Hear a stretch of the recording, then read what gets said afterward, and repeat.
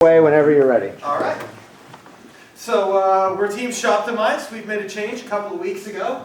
From our app, we switched from a fundamental geo-tracking app to a shopping help app. We'll explain what that means and what goes on along the way. Here's the team. We want to introduce ourselves just a little bit. I'm Jason up here. I've worked for the University of Oregon for the last 7 years in the housing department, working for the retail and management side of the housing department. I've had the chance to work with their retail market, to work with their food service outlets.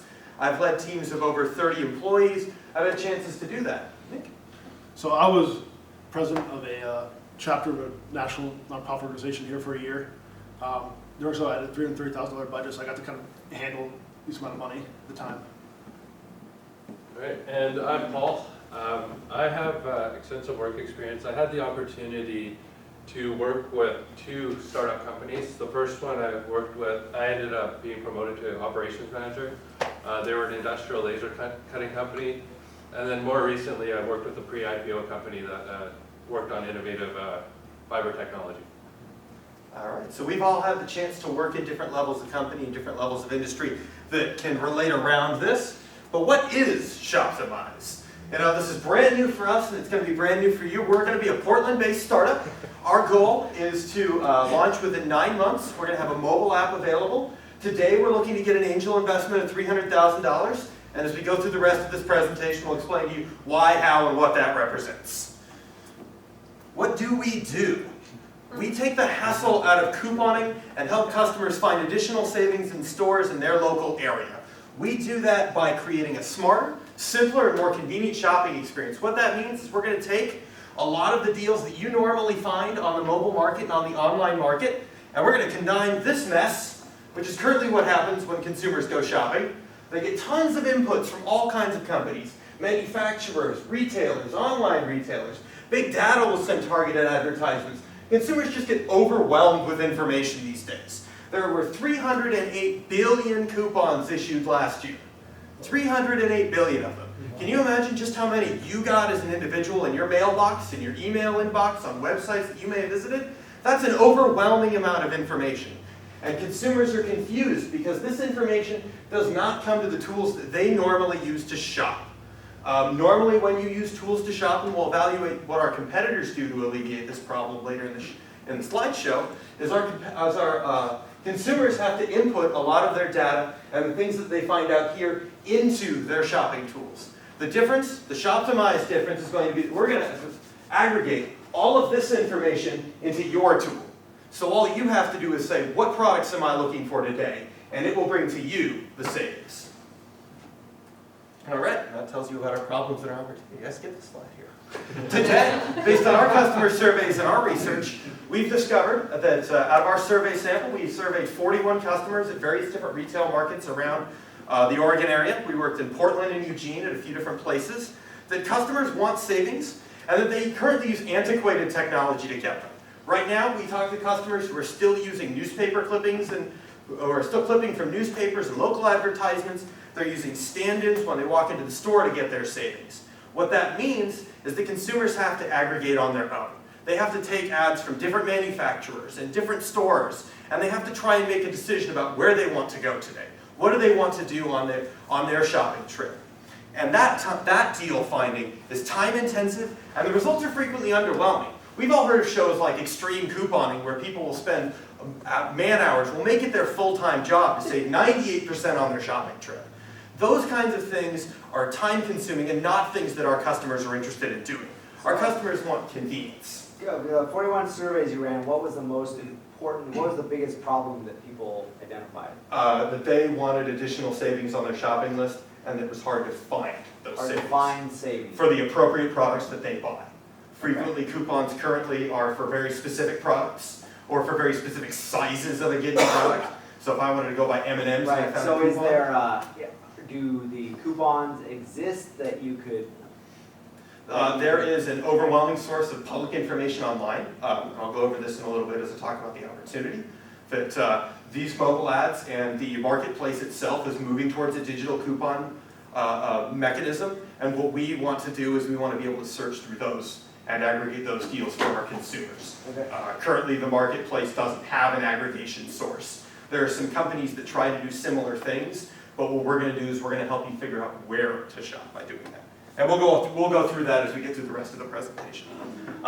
So that means that our opportunity is pretty straightforward. Using the mobile platform that currently 85 million Americans use every day, or at least once a day, and 140 million of them exist in the United States to be used, we want to create a usable app where consumers can enter that shopping list. We need to create an easy-to-use platform.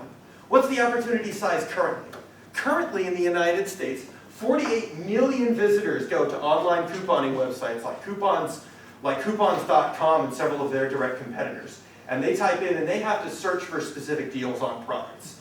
Those users exist and their eyeballs are around. Mobile coupon apps also exist in some other areas. They get about 25 million visitors a month. But those apps, as we'll go over in our competitors' analysis, are woefully under-equipped to deal with the types of problems that consumers have. 83% of those surveyed said they would either use or download a new app if they thought it could save them money. Very few of them thought they'd be willing to pay for it, but many of them said they'd be willing to download the app and use it. And we'll talk about what that means for our revenue model as we go along. All right. So Jason kind of started to say, what we do is we collect all the available public information. That's your circulars, it's like your manufacturer's coupons, and exclusive deals that maybe other websites have already acquired and are posting there. Now in the future, we'd also like to incorporate exclusive manufacturer's coupons as a way to keep a competitive advantage in the market. So we're taking all these coupons and we're taking them to your phone. And what does this really mean? People generally waste about $1,540 by not taking all the coupons that they have. And why don't they do that? Because it's hard work. If I wanted to make an economical decision, I'd have to go through, research every single coupon out there, and then break it down myself for which stores, and then make a decision on which store to go to. Now, where we're unique is that we take all that information from your shopping list and your geolocation, and we'll tell you what store near you can aggregate you the most savings for your particular shopping list. Now, there's a few issues here. We don't think we have anything that we can be protected with IP. It's a pretty basic idea. So where we think we can create our competitive advantage is through strategic partnerships, through savings blogs like Consumerist, Squawk Fox, Widespread, and then also we can get some free marketing from the Indie Developer Retweet Group, which is a group of indie developers who essentially share free marketing with each other. And so through that, we want to build our brand. We feel that a shopping list app like this, that gives you coupons, is something that once someone downloads one, starts using it, they're not exactly going to jump ship to the next one. It's kind of hard to recreate that kind of same process. You're saying you don't have any secret sauce, or you do, but it's going to be in the marketing and the partnerships. And Right. We don't have any More particular building IP around to the protect. national IP protection. Yeah. How do you actually grab a coupon from Albertsons for your client? Do they click through the Albertsons site, or how does this work? No. We So- actually- So how do you get access to it, and how are you assured you're always going to be able to provide those? So there are sources online that already have these circulars put out into text formats. And from there, we can scrape that data and put it into our databases, and then we can query that from the kind of shopping list that they have already built. So you have to create that process of aggregating all that data, though, right? Couldn't you get an IP on that? You're I don't know. basically.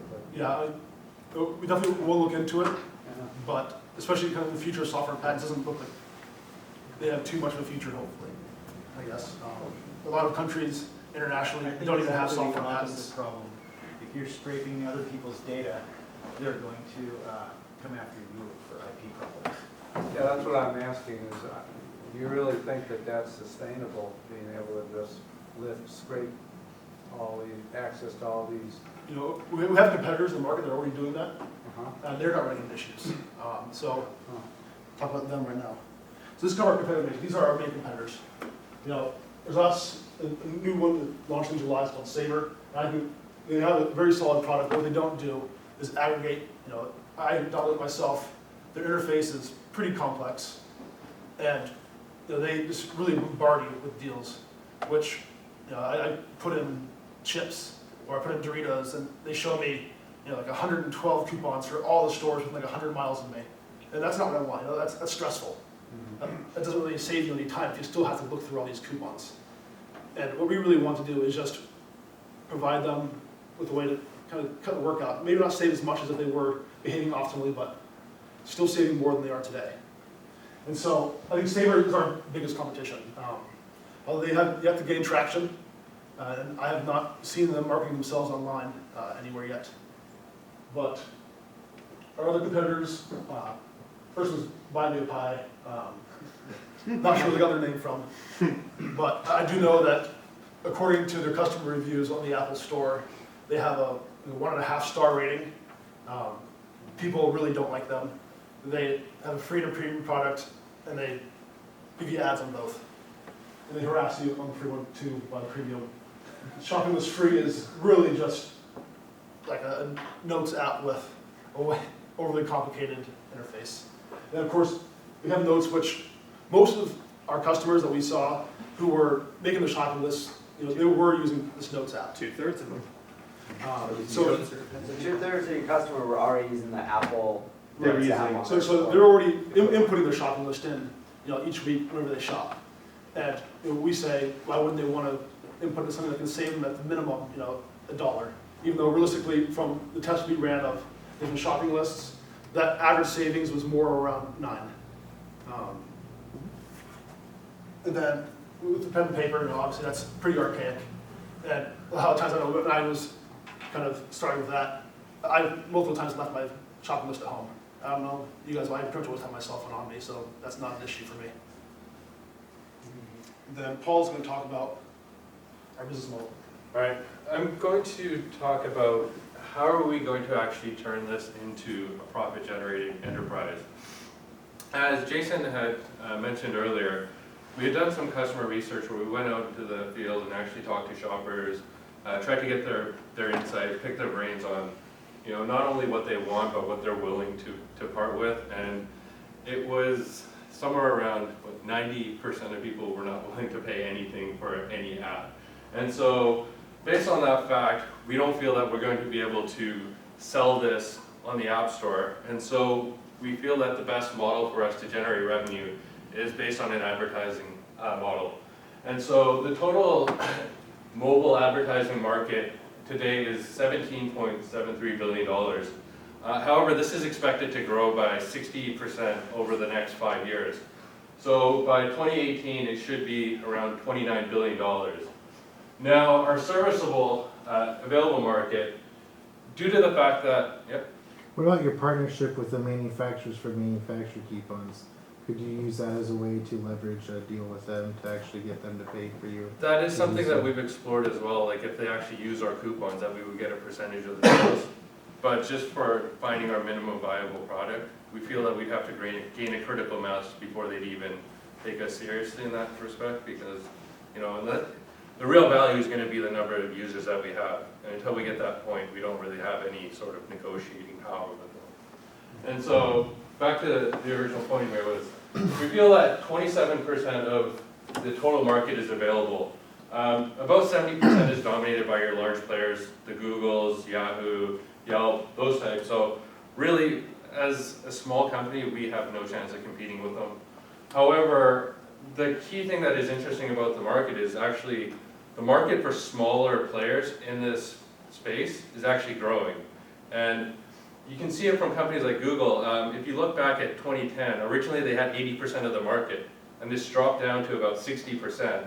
And the majority of that has been taken away from smaller players. And we feel that we can be one of those smaller players who finds a niche in this space. And the revenue is going to be based off the off advertising. And the most critical part of this is we've done some research.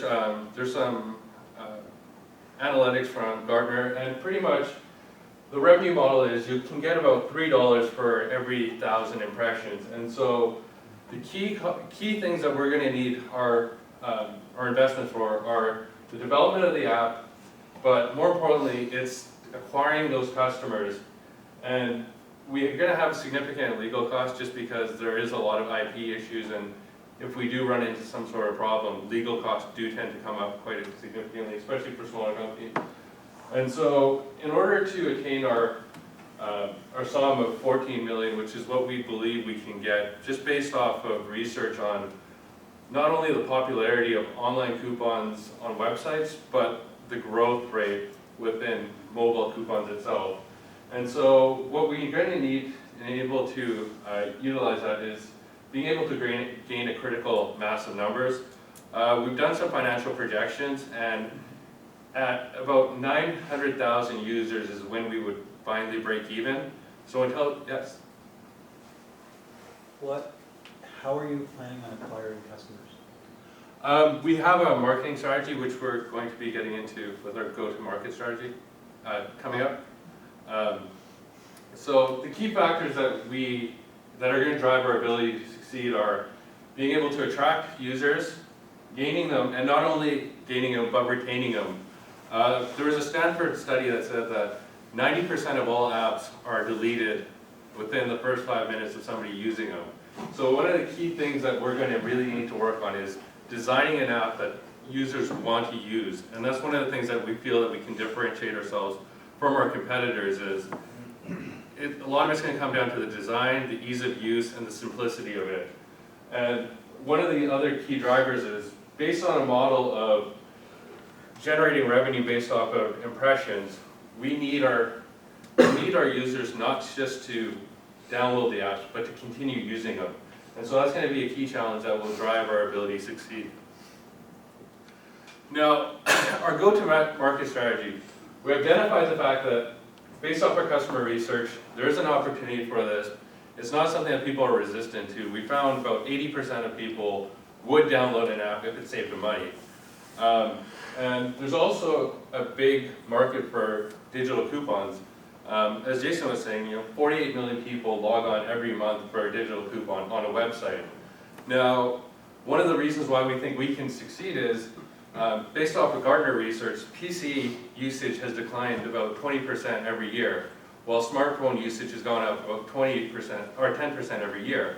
So there's being a fundamental shift from the way people acquire their information. We feel by being in that space that we can capitalize on that. Now, as I mentioned, some of the hurdles is acquisition, retention, usability, developing strategic partnerships. Now, one of the key things about designing a good app is going to be the testing. But to answer your question there, one of the key strategies that we're going to find about getting these users is gaining relationships with influencers. We recognize that one of the really good strategies for being able to gain exposure is through various types of shopping blogs, and if we can get our apps put on there, that maybe we can gain some critical mass by building off of somebody's reputation. Of course, that's going to cost us money, and we have a very hefty marketing budget, which is what we need a lot of our upfront capital for, because without being able to drive that name, we're not going to be able to bring in customers. And we're going to start off with test marketing just in the Portland area, and depending on how that plays out, we're going to decide whether we either need to go back and pivot and reiterate our business model and make changes, and if it's successful, we would like to eventually roll out to a national strategy. Okay. So our financial requirements, as Jason mentioned, up front, we plan on putting $20,000 of our own money into this. One of the reasons is we believe in this technology, we believe in the product, we want to show that we have skin in the game. So what we need is, we would need $300,000 to develop the app and to also generate some marketing buzz for it. And then once it's ready to launch, we will require about $1.5 million. At about the 1 year mark, we're hoping that we can launch nationally, at which point we would be burning about $100,000 a month, which is why we need that $1.5 million. However, there is a payoff at the end. We start getting into a positive cash flow in the third quarter of 2016. And then based off our final financial projections, we will have very high upfront costs, which are going to relate to customer acquisition and app development, but assuming we can reach a critical mass and acceptance, we feel that our terminal value should be about close to $16 million. So, you guys have any questions? So we'll go back to your profit there. Your EBITDA is flat. Sorry. Yeah, what we were actually planning is we're not planning on an exit strategy. Our research and development expenditures start to go up because we feel that since we don't really have very strong intellectual property, well, more likely than not, we wouldn't be able to defend it even if we had it.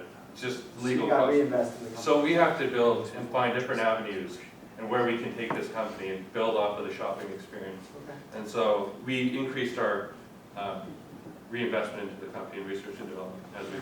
That makes sense. We would move to other platforms. At first, I know I didn't mention in the slides, we're looking at an iPhone app. To start with, iPhone users tend to retain apps longer. They tend to spend more or use their apps more often. So we're looking at an iPhone-based launch. And at this point, we'd be looking at new platforms and expanding the directions in which we take the company into other kinds of services or into new markets. Because right now, we're basically only looking within the United States as a national launch, but we would be testing the possibilities of other overseas options. How many people coupon in China? That's the mystery. I would see a fundamental flaw in your idea here is that you're basically, regardless of whether you're selling coupons or games or whatever, you're an advertising-based company. So you're an arbitrage between what it costs to get a good customer installed on your phone and how much you're going to make off that customer in its lifetime. But right now, to get an install of an active user on iPhone can cost anywhere from $5 to $16. And you're going to make $3 per CPM, which is high. You won't actually get $3 per CPM. And that means you'd have one customer looking 1,000 times at your app, and you'd make $3 off that person, but it costs you at least $5 to get them onto the phone. Because getting on blogs isn't going to work. You're going to have to use ads to get these things installed. And so that's just kind of like the basic flaw in your plan. Important one. I guess the one thing that would be interesting too is just to see how often they actually are looking at it, because if it is those views per day and you find someone like the best time to go shopping, or if it is a time deal and so they are checking in, that'd be interesting too, just to see. The studies that we were looking at would suggest that our goal would be to have 10 uses a month for every user, and so we would be checking in at those times. Our expectation is that people would use this on their weekly shopping But trip. that means it would take 100 months. Yeah. Yeah, I would say. To make $3 off that person. It's a long time. Also, the app would actually plan on serving more than one impression per session. We think when they have it after the entire shopping trip, that's not going to be a 30-second look. You're going to have time to switch that app multiple times. Yeah. So I mean, fundamentally, your business model, your revenue model comes down to number of users, cost per user to acquire, and the number of how much you get paid for Eyeballs and that. click-through. The cost, it depends on the time of the year, but it's sometimes like this time of year is like $16. To get a user on your. Yeah, and the reason why is because you have these games out there that are taking up all the ad space, and these games can make, like, they have LTVs of $15,000, and then also the real money gambling apps, it's thousands of dollars per customer's LTV. So they go out there and they buy up all the ad space, and it costs, even though there are a million apps out there, there's only so many that actually get used, and so they serve up a lot of ads, but they get bought up by all these gaming companies. Thanks, Joe. Other feedback items, questions? Yeah. So are you targeting just like grocery areas? Because in the first slide you had Home Depot, Lowe's, and Jerry's on it, but then you only talked about like consumer goods that you buy like at. Consumer goods are the overwhelming use for coupons and print for coupons. So we stuck to that within the slides, but other firms and other types of companies definitely do create and produce coupons. And if our app is scraping data, then it will be able to grab whatever is available. I just wanted to say more of a comment. I thought you had awesome energy in your beginning of your presentation. If the accounting thing doesn't work, maybe pitch one or something. I just need an idea. Well, and I mean, so up until 2 weeks ago, you guys were a internal indoor GPS like shopping guide. Locate inventory, right? Locate find inventory, things. You know, I don't know where to find the toilet brush, so I type that in and I go find it. Mhm. So I mean, in 2 weeks, you came up with this. That's pretty solid. Better approach. Our customer surveys just completely said, we don't care that much about wasting time in stores. We don't care that much about that information. So we were just like, well, money's more important. How do we help them? That's true. That's true. Yes. So, gentlemen, congratulations on that pivot. As one of your advisors, it's nice to see you being so quick on your feet.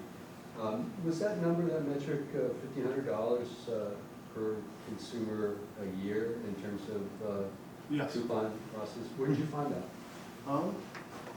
Just look I close. believe that was from a consolidation, because there are a couple of companies that are always promoting coupon use and talking about it.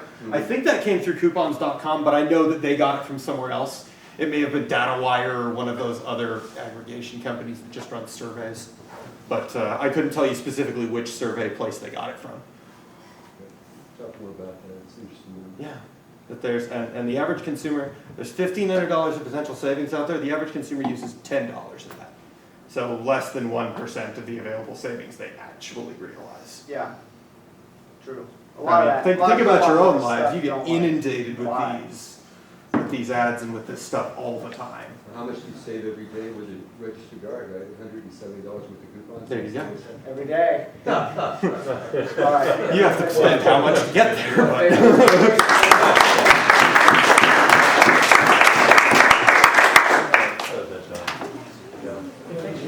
All right, and our last group, last but not least, thank you guys for sitting around.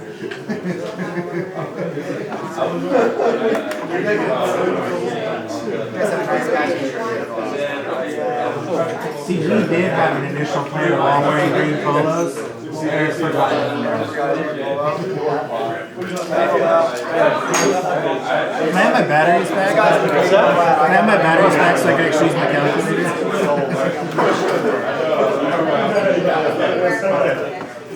That's kind of an important, especially for a finance guy. I wonder if CO2 blue would be able to